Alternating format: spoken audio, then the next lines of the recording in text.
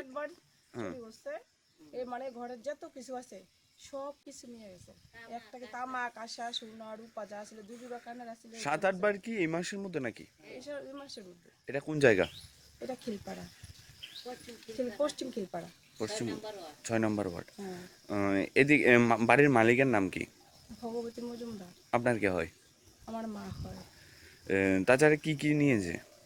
তাছাড়া মানে ঘরের ফ্যান ওইটা শুরু করে এই বিল্ডিং যেতে সিলিন্ডার গ্যাসের বার্নার সব কিছু নিয়ে গেছে।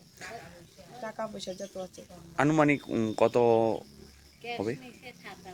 ক্যাশ নিচে তাদের আনুমানিক 2-3 লাখ টাকার জিনিস হবে। কাশ পিতল সব যত আসলো ঠাকুর ঘরের জিনিস সব নিয়ে গেছে। সমস্ত কিছু নিয়েছে। এখন আপনারা কি চান?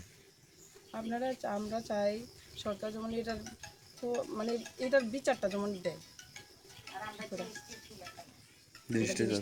জিনিসটি ফিরে পায়। প্রতিনিয়ত 1 মাসের মধ্যে 7 বার চুরি আপনার বাড়িতে। তার আগেও কি এমন হয়েছে না এবার ফার্স্ট? সিলিন্ডার শুধু নিয়েছিল, আরেকবার শুধু সিলিন্ডার নিয়েছে। আপনারা কোথায় ছিলেন?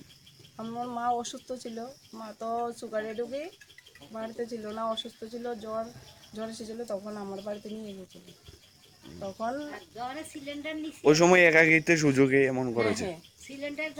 ওই তো কালকে রাত্রে দোকান বদ্ধ করে গেছি আমি, বদ্ধ করে সেটা সকালবেলা আইসি আমার পরে যে গিটা ফ্রিজটা সরে যায় দেখতে সেটা চুর দিচ্ছে সেটা সব কিছু উল্লে পাল্লা দিচ্ছে। আমি দেখছি সকালবেলা তালাটা খুললে যে গিটা চুরি হয়েছে, বুঝছি যে চুরি হয়েছে। তো কিছু সিগারেট টিকেট নিছে, ক্যাশ টাকা নিছে, কিছু ডয়ার ভাঙছে, ব্যাঙ্গে সেটা এটিডিআর ডয়ার ভাঙছে, ব্যাঙ্গে সেটা টাকা পয়সা নিছে। আনুমানিক কত টাকা হবে? 10,000 টাকার মতন। কখন এমন করতে পারে আনুমানিক ধারণা? এই তো আমি তো রাত্রে অনেক রাত্রে বদ্ধ করি, এটা ভোরবেলার দিকে হয়েছে। আপনার নাম? রাকেশ দেবনাথ। এটা কোন জায়গা? এটা রমেশচুমনি, উদয়পুর রমেশচুমনি। রমেশচুমনিতে কি কোনো পুলিশ পাহারা এমন কোনো কিছু নেই নাকি? পুলিশ তো থাকে সবসময়, কিন্তু কালকে আসলো কি না আসলো বলতে পারি না।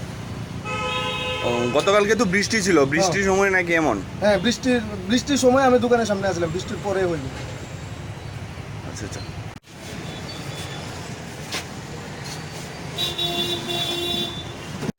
হ্যাঁ গ্যাস্ট্রিক লাগে আসছে না।